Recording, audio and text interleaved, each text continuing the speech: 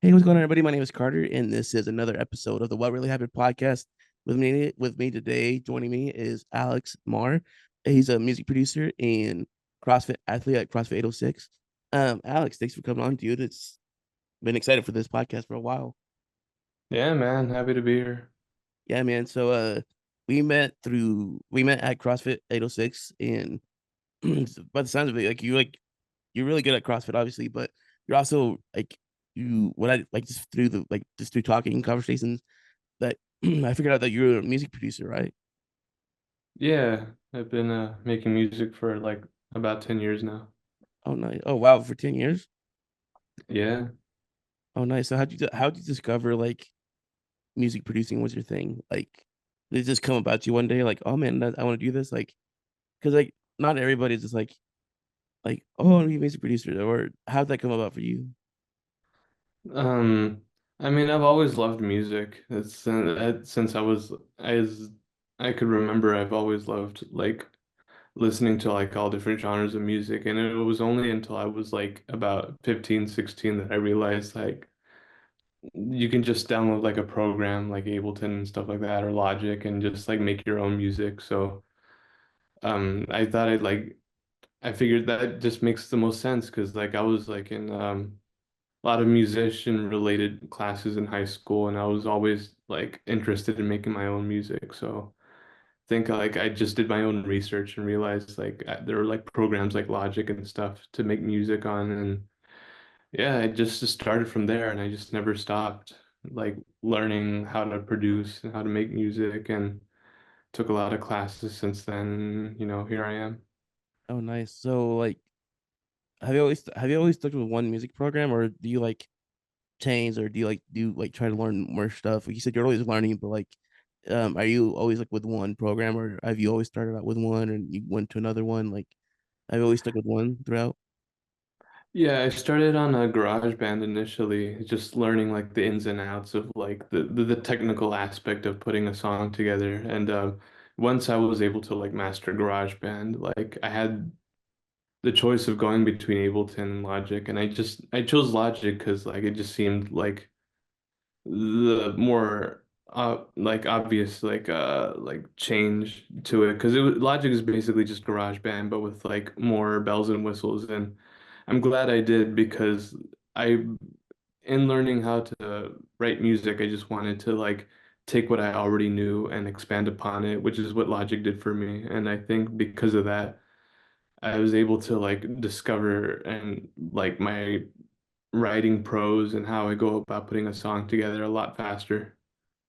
What do you mean like bells and whistles? Like, what do you mean by that? Because I've just for fun downloaded like FL Studio a couple times, like the free trial versions of it, just to play around with it. But I don't know what's going on, so I delete it because I'm not a music person. Like I can't. I love listening to music, but I can't produce music, obviously. But when you mean bells and whistles and stuff like that, like what do you mean from that aspect? Because like I don't know what I'm looking for in like music software. But like as you've been doing this for 10 years, like you said, so like what are you looking for in the software? Like GarageBand pretty much showed me like a lot of the fundamentals of what it takes to put a song together. Introduced me to like, concepts like MIDI, just like laying down notes on a track like manually, and like recording, how to set up recording. And essentially what Logic was it was just GarageBand but with just a lot more options of being able to edit and stuff, like changing tempo or the tempo of the song halfway through the song, or just having like a lot more like plugins to work with outside of just the usual compressors and then equalizers. It had like more synthesizers to work with. It had a lot more like stock library instruments to work with. That's like one of the reasons I mainly switched from GarageBand to Logic, is because it had a lot more like instruments and VSTs already kind of built into the program itself. Because um and that was good for me because it meant that I didn't have to like look into buying like third-party plugins as much. So I was able to just be able to start writing music right out the gate and just focus on this like developing my style and the way I go about writing music. So it seemed like just the better like decision for me to switch to Logic because it introduced me to a lot it introduced me to a lot more tools to be able to work with in terms of just writing music. I guess so. That's pretty cool to hear that because like I know there's a lot of people who like have to like buy their own plugins and stuff like that. Like you go like I know that like I don't know like you said when you find like synthesizers and different stuff like that to put a song together, like you're formatting. It's a format. Like you go about it certain ways, right? So I know there's Hmm. a lot of people who like like do all a bunch of stuff. I'm like it's such a crazy process too because like there's no way like I can edit a podcast and sell you this and that, but like when you're actually getting into the nitty gritty of like, okay, like I made this song, and like you put a drum beat down, you put like, okay, this probably needs strings right here. I need this right here.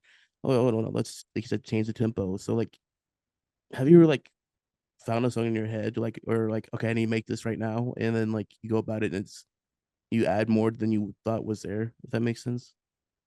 Right. Yeah, it's definitely like it's it can be very overwhelming when you first start writing music because you're just presented with so many options as to how to go about putting a song together, what with like Yeah. all the plugins that are offered, like or all the plugins that like are available to you or can or like there's like so many different like the synthesizers available to you like Serum and Massive and like sculpt like I think Sculpture is also available to people outside of Logic as well.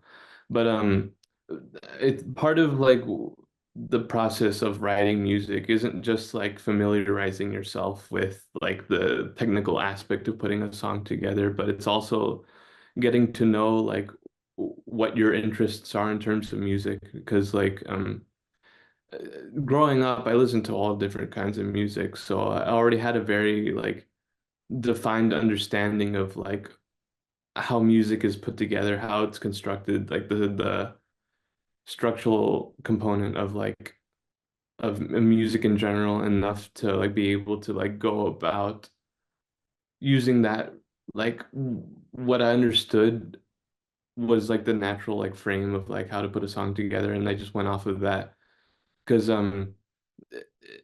writing a song like writing like putting a song together like one that you would want to like put out on streaming services and everything.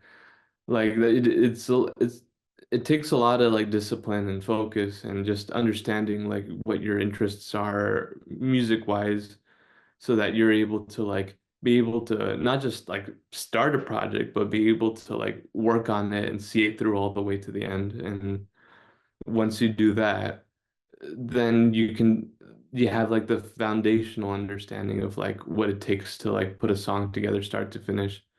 Yeah. It's a process. It's a lengthy one, but like with enough dedication and passion, you're able to just like put enough songs together for you to recognize, okay, this is what I sound like, and no, knowing that now, I'll be able to like develop upon like what I think I should work on, and I can get rid of what I think I should get rid of.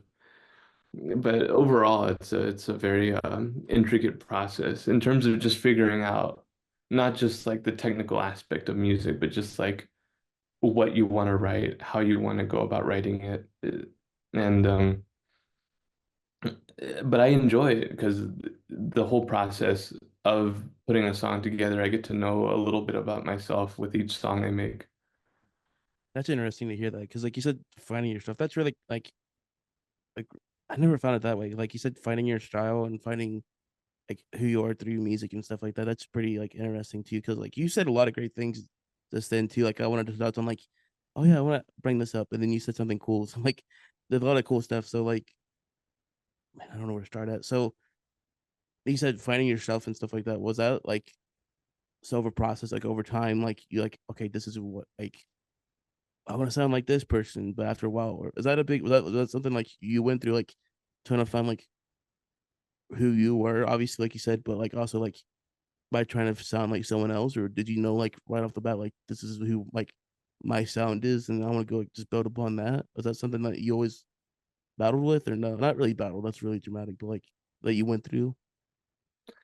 Yeah, when you first start off making music, you're obviously you're gonna sound like you're like the people that inspire you. That's just gonna happen because like no one like starts off writing music and sounds completely original, at least to the another anybody else outside of you. Like when you start off writing music, you're gonna have to expect that you're going to sound like the people that you listen to, which is completely fine because that's just part of the process, you know, not just with music, but just with art in general. If you're gonna make something, you're gonna obviously gonna be wearing your inspiration on your sleeve and but that's just part of the process, you know. It's that part of the process is just you getting to understand you trying to understand yourself in terms of how you perceive art and how you reflect back that understanding back out onto a canvas.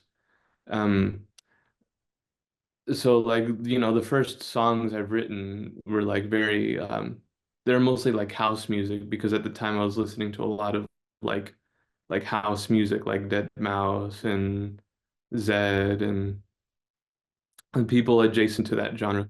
And I knew I wasn't making anything like super groundbreaking or like something that would interest the common public, but I just knew to me that it was music that was like close to the type of music that I like to listen to and just starting off just making music that just sounded like other people. I was understanding myself in terms of how I perceived music and how I listened to it.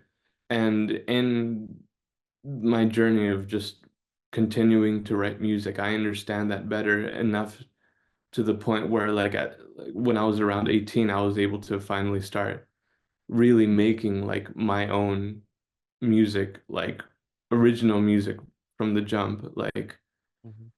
that was about 18 was like the kind of the beginning of my journey of just trying to figure out my own sound. And that in and of itself is also a lengthy process because once you understand like what your interests are musically and how you go about like understanding like uh, what it is you like about a specific genre, then you have to like go through the second step of the journey of figuring out like how you're going to develop your own sound based off of what you've already heard. And that in and of itself is its own journey, of course, but it's one that like I've had a lot of fun exploring because I've learned so much more about music production and just understanding what makes like specific songs like stick out to me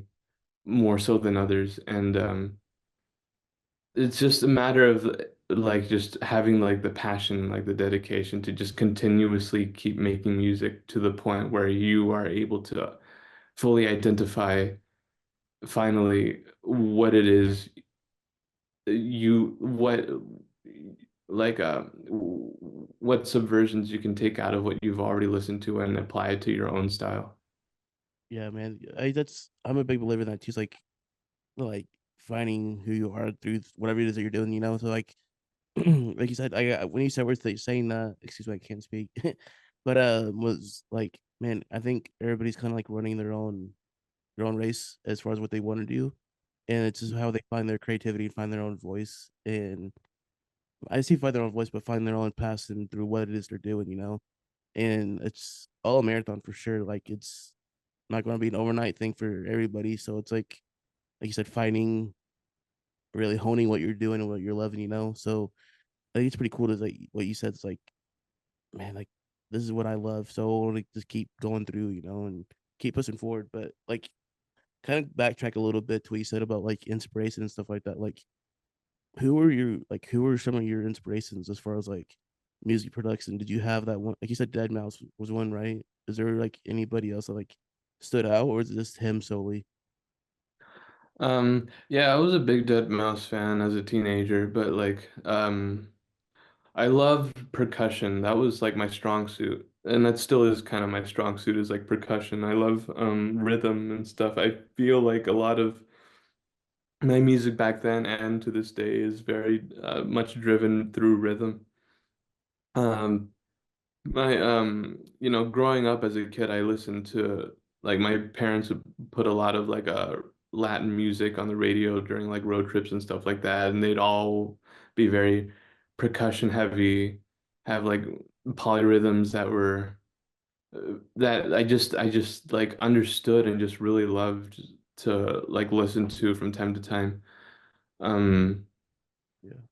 just like the that sort of type of music, Latin music, like Afro beats type of music, just anything, music, dance music in general is just music that I've always been partial towards because it all would always elicit a very direct reaction out of me, whether I wanted to just like groove to it or even dance to it. That's kind of why I've been so inclined towards making dance music ever since I started my journey of making music in the first place. And in terms of like sound and harmony, I used to listen to a lot of music that was very like um, usually mu music that wasn't just like stuff I would hear in the radio, but like video game music too, like Sonic the Hedgehog. The Sonic Adventure and Adventure 2 had a lot of music in it that was like very that was so distinct from anything else I would ever hear from any other video game soundtrack because it had a lot of personality to it. It had a lot of color to it. And I think I used that as a basis to like how I would find interest in other songs in terms harmonically speaking because I always like the music that I'm listening to feel alive, right? Because um, it's one thing for a song to be very catchy in terms of its groove, but it's another thing entirely for it to sound like it's alive in its own sense with just how diverse and eccentric the harmonic aspect of each song is, especially when it comes to like the more emotional tracks that I would listen to from people like yeah, like Dead Mouse and like Zed. I listened to a lot of artists from the Owslow label that Skrillex used to have. Yeah. Um, this is part, so everything about that, like everything that I used to listen to, I would dissect in terms of what specifically I liked from each uh, song and genre that I liked. Like I would love the drums in like Latin music, but I'd also love the harmonies that I would hear in like um some old like indie rock and some old like bands like that I used to listen to like Linkin Park and Yeah, I My love. Chemical Romance, like just music that it was a combination of music that had rhythm to it and also music that had character to it, that was its own story, that was its own had personality to it. And I basically just took any elements of each genre that I would listen to and I would incorporate it into like my understanding of what it would take to put a song together. And I mean, I still try to find new music to listen to because it's the process that's one of the parts of the process of writing music that I enjoy the most is listening to new music, taking anything subversive out of it and just trying to kind of morph it and like evolve it and incorporate it into my own sound. So yeah, so it sounds like you found your like your tone, like you found your sound, but you're always it sounds like you're constantly like listening to other people too, like to possibly hear more to like build upon that foundation, like you said. Like, so I remember you mentioned Skrillex earlier, and I remember the first time I heard Skrillex when I was in middle school. This probably would have been 2009, 2010 ish. I remember hearing him, and I remember hearing, was it Scary Monsters and Ice Spirits for the first time. And I remember like I was at a friend's house and it completely, he put the CD in and I'm like, that completely changed like my landscape on music because I'm like I remember just growing up listening to like hip hop music and rock and stuff like that. But when I first heard Skrillex, I'm like that was my first introduction into that kind of that genre of music. So I'm like, man, this completely like flipped the game upside down. And then over time, like you said, just listen to other bands too, like Linkin Park too. Like what I like about Linkin Park too is like you said, like not what you said, but like what I like a lot about Linkin Park is like it's just like it's rock, but a little bit of rip like rap in there. Like they have like that if that makes sense. Like you know what I'm trying to say? Like there's a little bit of both in there too. What's I was like so unique. They found that rhythm, so to speak. Where it's like they have rock, but also have a little bit of this in there too. What's it's always cool to hear people, not just like both music producers and like singers and bands hear that too. Like they're not really like scared to like go above and beyond too. So that's always cool to hear. I think that's me personally, but I don't know you're the music producer, so um yeah, I was Yeah, cool to you.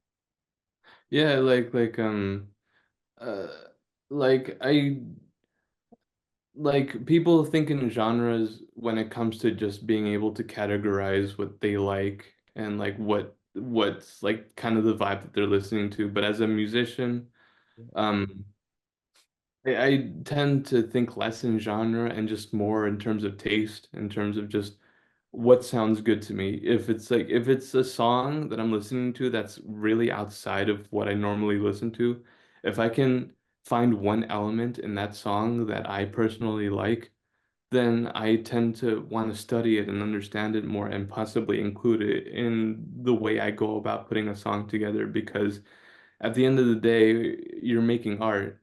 And when you make art, you're not really thinking in terms of like genres and like categorizations of like what would people consider this to be? Because at the end of the day, it's a feeling. It's a vibe, as they say. Mhm. And when you're pursuing that, you have to you can't like limit yourself in terms of categorization of like what would people think of this? How would people like label this? Because it's something more than just that. That's why like when it comes to like putting music together for me anyway, it's I tend to think about like different aspects of different songs that I listen to and think about like okay, so like there's like this like harmonic section in this one song that I've been listening to. It's not dance music, but it is something that like really piques my interest in terms of like just like how it sounds, and I want to maybe incorporate this into a more dance-oriented frame. Yeah. And like there's this rhythm section in this other song that may also not be dance music, but it has a groove to it, and that groove is something that I want to be able to like replicate or at least take the best aspects out of it and incorporate it into this song. So in putting a song together, like I always like tell myself like it's like sure you want to make something that like other people can listen to, of course, but at the end of the day there's a very I have a strong element of like I have to make what I feel like is right to me. I love that. I would agree I, that. and that's where I find the most fulfillment in like writing music is that I'm at the end of the day I'm making a song that that the first person that it should ever impress is me. And if it's something that I like and something that I very much enjoy, then there's a very high chance that it's going to like very much be enjoyed by maybe someone outside of me, whether it be like one person, five people, 10 people, even if like only 50 people in the world hear it, it'll at least be a piece of work that I can say without beyond a shadow of a doubt that this is me. This is this is like the music that I love to make. I pull inspiration from wherever as long as it's something that's good and I can take pride in that. You know what I mean? Oh yeah, I get that 100% because I was just sitting here listening to what you speak, and I was like, man, that's a great way to think about it too. Because like, I think you could put that into life in all aspects of life, like putting something out, like you're starting on the blank canvas and then you're putting something like bits and pieces into something that you like you said, you gotta impress yourself first before you put out into the world, right? So it's like same thing with like podcasting, music, anything like you want to put like you create out of thin air and you put it into the people. Like you said, no matter if one person hears it or 50 people, 500 people, or 500,000 people, it's gonna be come to a point where it's like, man, if I don't love it, then it's not getting sent out. Like you gotta be able to know like what you think is great and hopefully what you like what am I trying to say here? Find out what you think is great and really put it out there. Like, man, like, because if you don't like it, man, those people that you're trying to impress, they're not gonna like it either. And I tell you, like, that's a really good, I think, mindset that you've developed too. So it's really cool hearing that. Like, because I always thought I was the only one who thought that too, you know. So the fact that other people, like, the fact that you're thinking that too, I'm like, huh, I'm not the only one who thinks that. So it's pretty cool to hear that too. Right, like I mean, you have to understand like when you're an artist, you're pretty much creating your own vibe. Like and and people have to understand like when you're creating your own vibe, there's obviously going to be people at the beginning who aren't going to get it because like it may be very unfamiliar to what people understand the status quo is of like what is popular and what isn't. Yeah. Um that's usually like that's usually like the initial risk of being like an artist in the first place is is like having to understand that you can sound like your contemporaries all you want, but if you're going to be an artist, you're going to have to develop your own voice, whether it be in your lyrics, in your sound, visuals, your whole brand, whatever the case may be. But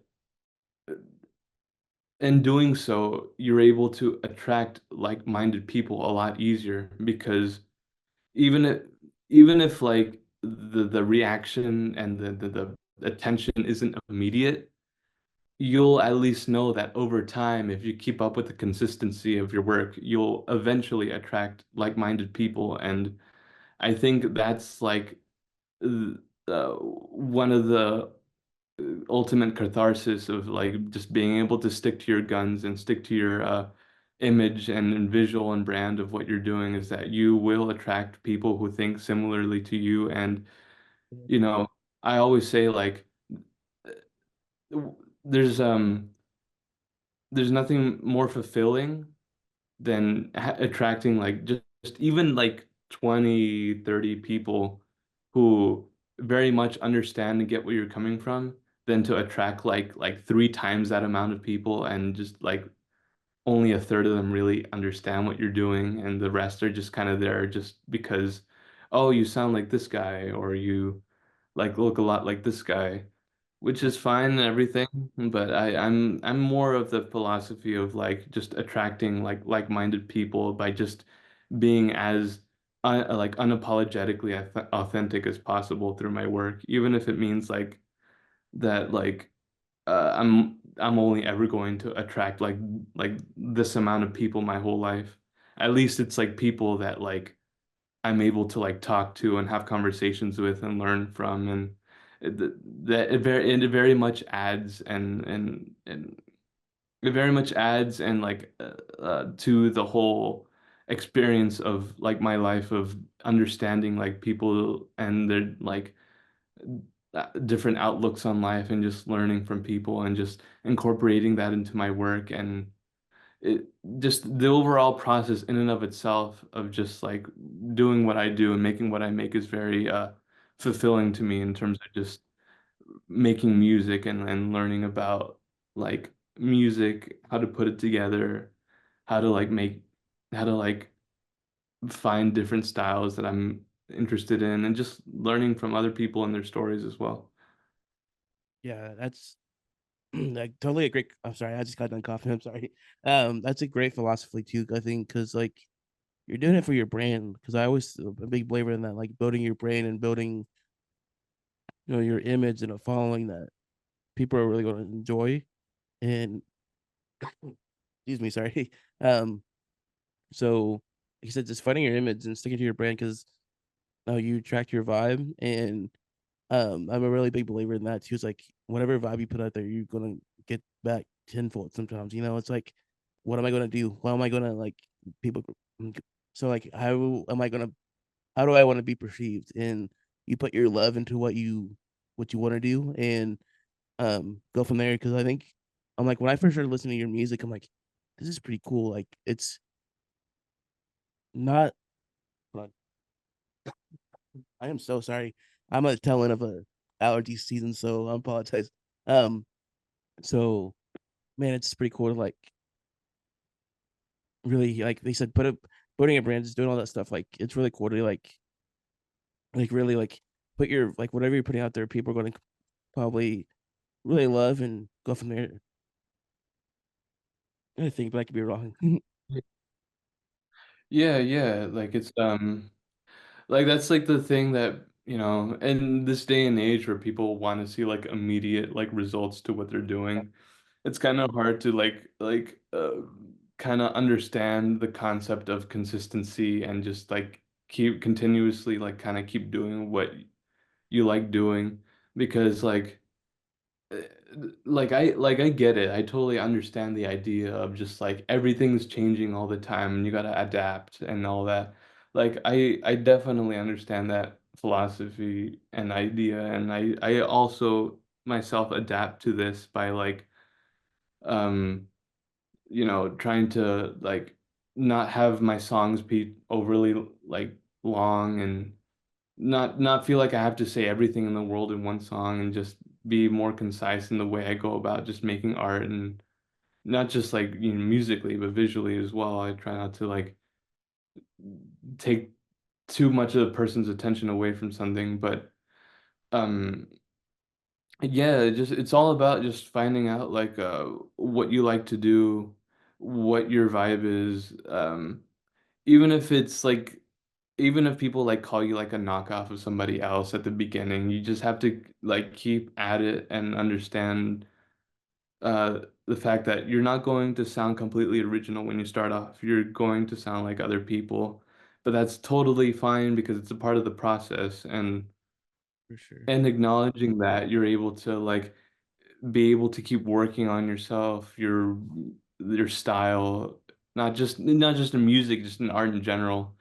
And like eventually, if you keep at it, you will find like your strengths as an artist, and you're able to uh, turn those strengths into like something that like clearly defines you and what you like doing and what you like making, and that will differentiate you from everyone else that's doing what they're doing. And with that, you have like something that's uniquely yours. You know what I mean? Oh yeah, 100%. Because like I remember like just when I started out this podcast, 2021. I remember like I started this podcast because I was really big into like Joe Rogan and Pat McAfee, not those guys. And I remember like when I first started this podcast, I was talking like them and telling like be them, I'm like, but he said it's part of the process. And like after a while, my brother's like, you gotta quit talking like that. Let's be yourself, kind of thing. It's like, what? I thought I was being myself. So one of those things where like it's just like if one person hears it, then a lot more other people are gonna hear it too. So it's like, how do I find that voice? So it's over time. He said over time it's really, like you said, it's a process, finding yourself, finding your voice, and going from there, really doing what you love. So, I was gonna ask you too, like you said, Yeah. things always. Go ahead, sorry. Oh, no, I was just gonna say, yeah, it's like it's a process. It takes time, and like, Yeah, people, of course, initially are gonna pressure you into wanting to like, oh, you gotta like do this or that. You gotta differentiate yourself. Like, I mean, you are gonna do that eventually. Like that's just something that's just gonna happen anyway. So like don't feel too pressured to have to make like significant changes to like what how you're going about like putting something together, art, whether it be art, you're a musician, you're a visual artist, someone who's doing a podcast, like it's gonna happen eventually. Like it just takes time and just enough experience, but it will. It will. for sure, man. I was gonna ask you, what do you like? What do you think? Like, you're like, how am I trying to ask this question? with the current state of like music where it's at now, like music production, excuse me, where do you think it's going to? Is it trending in the right direction, or is it kind of like not like? Do you think it could do better? What do you think the current state of music production is at right now overall? Big question. I'm sorry. That's cool. It's I mean, if you were to look at like what's popular right now, it's pretty easy to like kind of like just give the opinion of like, oh yeah, music's pretty stale right now, and it's like there's obviously like a trend with like trap music and country music and the popular like conscious of music right now that people are following. It's like if you like Beyonce, like people like Beyonce is kind of like leading that kind of like Yeah. paradigm of just like making music that's like country and stuff like that, and mixed with a little bit of like trap music, and you see a lot of her contemporaries kind of following that same path. That's fine and all, but like um, I never try to think of music in terms of like popularity and stuff. I just there's like there everybody has like their own vibes going on right now. It's just it's so easy to think that like the popular music that's trending right now is like the status quo because it's popular. But if you were to like look into like the different genres outside of it, like Afro beats and like neo jazz, neo soul, there are lots of different like vibes going on there too in terms of sound, and there's lots of reinvention happening within those genres as well. Because like music is never a competition. It's always it's a tree like branching out into many different directions. And each branch is its own realm of music in and of itself.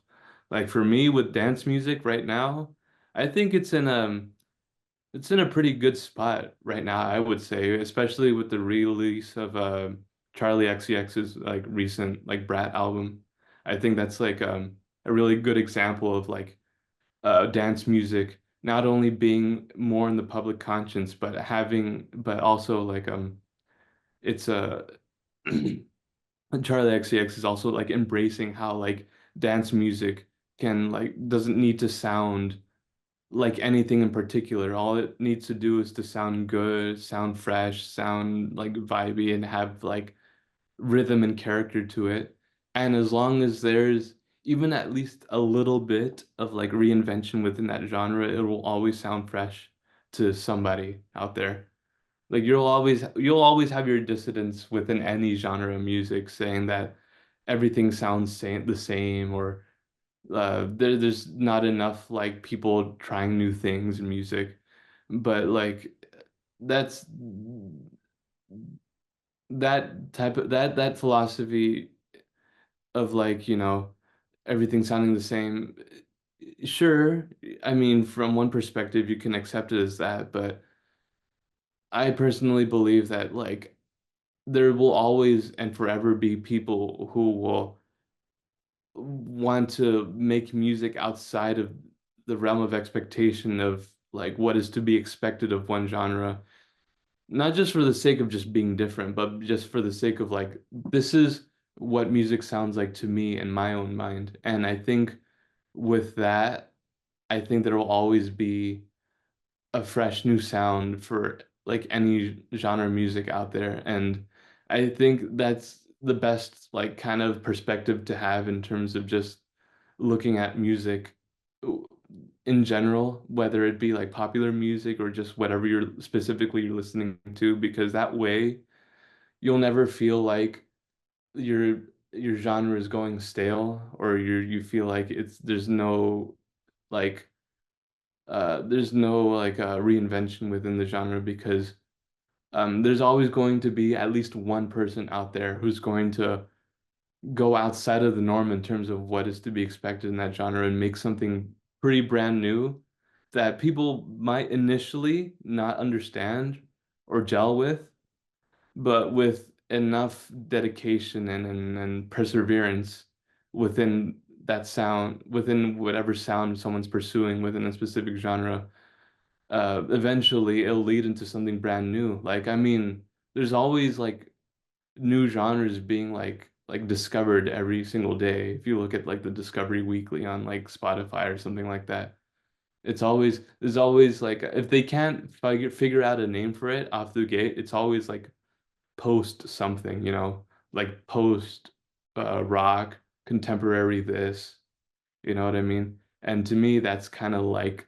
that's where the line of like this that's where like the foundation is for like new musical invention is like when you look into like post this or that or contemporary this or that. I feel like that's always where you're going to find like the the primordial kind of ooze of like new music, I would say. Yeah, I mean, I think you're right though, because I'm always on Spotify, and I always feel like when I discover something or listen to something new, it's always like different categories. I'm like, dang, there's always something new every time I get on here. It feels like so. It's like trying to like you said, just trying to like post rock or post whatever. So it's like I think you're right though, because I feel like there's you don't know like there's something new that could be there, but they just don't know it yet. If that makes sense, you know. Like you said, there's a little bit of good with the bad. Sometimes you don't know. There's not speak. There could be something good there that can like really come across and really people could dive with and have fun with. You know, whether if you're just dancing to it or you're out like having a good time with friends or whatever it is. You know, because there's been times where even at the gym, a CrossFit gym, that like I'll be like the song will come up. I'm like, huh, that's pretty cool. Like even there's a song I've heard a million times. You know, or a new song pops up. I'm like, this is pretty cool. I never heard that song before. You know, like it's always something new. Like you're always finding new music everywhere you go. I think I could be wrong. Yeah, like definitely what affects people's uh like opinion on the song is usually the context of where they're listening to it too. Like you could be listening to like an EDM song, but if you're listening to it like in a YouTube video, your idea and perspective of it could be different as if you were to have listened to it at the gym or outside in a restaurant for the first time. It's the framing of music that is also pretty important in terms of just how people like perceive it as well. So like when I make music, I always make music under like the impression of like people will probably hear this initially on their phone or like on a home sound system or maybe like at a club because like it's mostly dance music. So like I always like keep that in mind whenever I'm making music is like where are people most likely going to hear like my music? If outside of just like, Spotify and stuff like that, they might hear it at the gym, they might hear it at a club. And that in mind, I always like make sure that I like whenever I'm putting a song together, I always have a very strong rhythmic element within my music that like makes people want to dance or want to groove to it.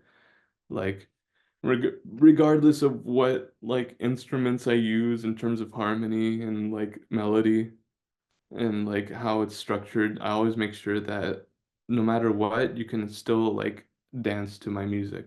You know what I mean? Oh, yeah, that makes total sense. You just hearing that, like you said, this you never know where people are going to hear it. You know, hear a song or watch a video to something. Because I always go with a philosophy of like I always like to read a book before I watch a movie. The same thing kind of goes over with music, I guess. I always like to listen to a song before I watch the video, or if there is a music video, because it feels like when I can listen to a song, it's like man, I can listen to a song and like, okay, this is how I played it in my head, and like how like visually, this is how I see it in my head, if that makes sense. But when they make the music video, it's like, man, that's totally not a bad way. It's not always a bad thing, but it's like when they make the when they make the music video for it, I mean, that's way off kilter what I was thinking in my head. You know, if that makes any sense.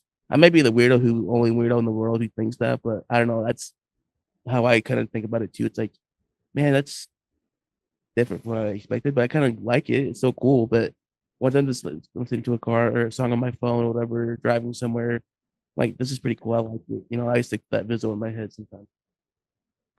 Yeah, that's always weird, isn't it? Like when you hear a song for the first time through a music video, anytime you hear that song, all you can think of is the music video, right? Like uh, uh, like for example, for me, it was like the song "Face" by Brockhampton. The first time I heard it was through the music video, and now every time I hear that song, all I can think about is the music video. But like there are times where I do listen to the song first and I have like my own idea of like what the visuals look like in my head. And then I watch the music video and it usually is kind of like uh the visuals are pretty distant to what visuals I had for the song. And yeah, it's just a very interesting like observation in general of like, I I figured like when people make a music video for their song, it's because that they're trying to get across at least visually what they're trying to say within their song, even if it's not like super direct, like you get like some kind of idea. Um, but listening to the song by itself without any visual accompaniment outside of the cover art, I think it also lends itself to people giving people the ability to make up their own interpretation of what it's about, even if it's like, even like if they understand the message overall, they can at least go about like thinking about like this is like what this song sounds like to me or what it looks like to me in my own head. Like I know what it means, I know what it's saying, but like without any visual accompaniment, I can apply my own life and experiences and have it adjacent to like what the song is saying, and I can and with in doing so I can relate to the song more on a personal level. That's a really great way of saying it too, because like you're lending it to a person, like really like your visuals of what you want to get across to someone too, because and just you're lending it something to do where, man, this is like even a music video too is like kind of what we touched on earlier. It's like you're creating something, you're creating a song and it's well perceived by someone, but you're also creating a music video for that song, and that's really a big project in itself. Where it's like, okay, we made a good song. Now, how is the music video going to be for it? Like, is it going to be perceived better than the song? Is it going to be not as good as the song? Is it going to be on par? Like, that's something kind of like I think like, that's run through my head too. I think sometimes it's like, how are the graphics of this song going to be? Like, how is the message level going to get across visually? That's something I think that's a big thing too. I think I don't know. Yeah, yeah. Like yeah, it's like at the end of the day, like whatever it is you're making in terms of art, people are going to interpret it in their own way. Like you can be as clear about the message as you want that you're saying in your music, but at the end of the day, uh, you're putting your work out there for people to like think about in their own way and interpret in their own way. And they may not be adjacent to what you're trying to say. They might not even be like they might even interpret it differently overall, but at the end of the day, like once you put something out there, it's not really yours anymore, right? It's everybody's because you've like when you're making a piece of art, like whatever it is, it's yours until you put it out there, you know? And that's the kind of like part of the that's part of the sacrifice of like being an artist is that when you put a piece of work out there, it's no longer yours, you know what I mean? It's everybody's.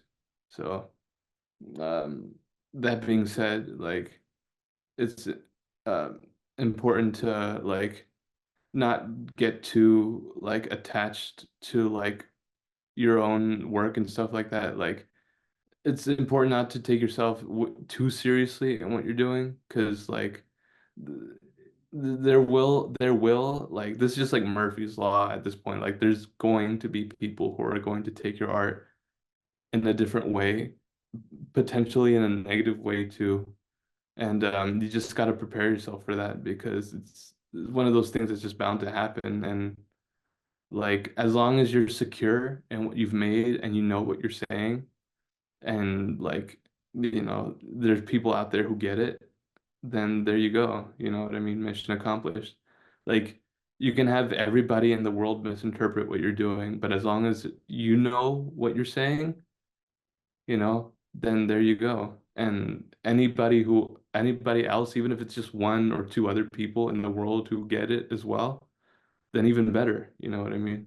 So as long as you're secure in like what you're doing and what you're making, then I think that's where like at the end of the day your confidence should come from. I think that's a good way to look at it too. And just, like you said, Murphy's Law is a big thing too. I think and um, speaking of putting stuff out there, you've been working on a little project too that we talked about off air. If that's something you want to talk about now, or if you want to, but you're working on something pretty big too that we've talked about a couple times. That's pretty cool. If you want to talk about that, Yeah, I've been working on an album recently. Um, I didn't really start working on it until like the end of last year because that was around the time where I realized, okay, I think it's about time I put like a project together because I feel like now I have enough I've experienced enough life to be able to uh, put together what I've been experiencing into music, into like a cohesive album that I feel like I can share with people within like this like time frame that I'm in right now. And yeah, I've just been like working on it, mostly on it. I've been kind of delaying. Well, I shouldn't say delaying, but been kind of like putting off like releasing singles from for the moment right now because now that I know what I'm trying to say and what I'm trying to make in my music in this project, just all my focus has been on that. And it's a process, like in more ways than one. It's not just about like how gonna put these songs, like some of these songs together, but like how I'm gonna organize them, how many songs are gonna be on it, how long I want the album to be, um, when I'm gonna like start promoting it after I've like submitted it to like my distributor. It's it's a lot of like things to think about in terms of just the rollout of the album overall. But I have enough of a general idea of how I'm gonna go about it, enough to like be able to start putting it together. And I think it's coming along pretty well so far. I already have 3 songs finished for it already, and I'm planning to have the album done by the end, if not by the end of this year, by the beginning of like next year, like January, February. exciting man. You must be pretty stoked for it. Yeah, like it's gonna be like my second official album under my moniker right now. And yeah, in terms like I already have a lot of the visual stuff pretty much done. All I gotta do is just like wrap up a lot of the songs that I've already made for it. Do the whole like which songs am I gonna include, which songs am I not? It's still gotta work on a lot of the songs regardless, but in terms of just the overall image, I pretty much have that set in stone already. So all I gotta do is just uh, finish up the songs I'm already working on and submit it to my distributor, and then just work on the promotion from then on. Heck yeah, dude. That sounds like you're doing a lot of great things too. So, are we in the studio right now? Is that your like what you is that your computer setup that you used to produce on right there? No, I'm just in an office right now. I've just been at home here in Wisconsin, just taking online classes right now for school. And yeah, I've just been mostly producing just on my laptop with a pair of headphones right now. I moved recently, so I don't have my speakers or anything set up yet. But I'm taking this time now to just focus on like just compositionally just getting all my songs like finished. So that way, when I have my speaker set up and everything, all I got to do is like focus on like mixing everything and the mastering and all that. Well, like you said, thank you for that's pretty cool that you're doing a lot of things. Man, thank you for taking the time out to do this. I don't want to keep it too long. I keep looking at the time, like he's probably got other things to do. So, you thank you for taking the time out, dude. And Alex, I mean, congratulations on all the success, dude, and all the continued success you will get, dude. So, thank you for coming on and making time out. Yeah, no problem, man. Yeah, this was fun. I love talking about this sort of thing with people who are interested in listening. Here, man, we've been going almost an hour now, and it feels like it flew by. At least to me, it felt like it flew by. Just like sitting here, learning about music and stuff like that. I'm like, it's pretty cool because I've had a couple of music producers on, but I just want to like I always like learning more about music because I'm an avid music listener. So I'm like, what can I do to learn more about it? Yeah, So dude. but thank you for coming on and spreading your knowledge, and thank you to everybody listening too. And Alex, congratulations, man, and keep grinding, man. Yes, thank you, man. Yeah, you really like this podcast, dude, and yeah, just keep at it. And I think you're gonna attract a lot more people if you just keep at it. And I think this podcast overall, I think is a great idea. Thanks, man. Appreciate that. Like I said, thank you to everybody watching, man. And Alex, is there anything you want to say before you head on out of here? Any advice you want to give to people? Anything like that? Just be consistent. If you're doing something that you honest to God believe in, you just like keep going at it. Don't stop. Like and be consistent, like I said before. And eventually you'll find your people. Sure. Well, Alex, thanks for coming on, and everybody, peace. See y'all later. Yeah, peace, dude.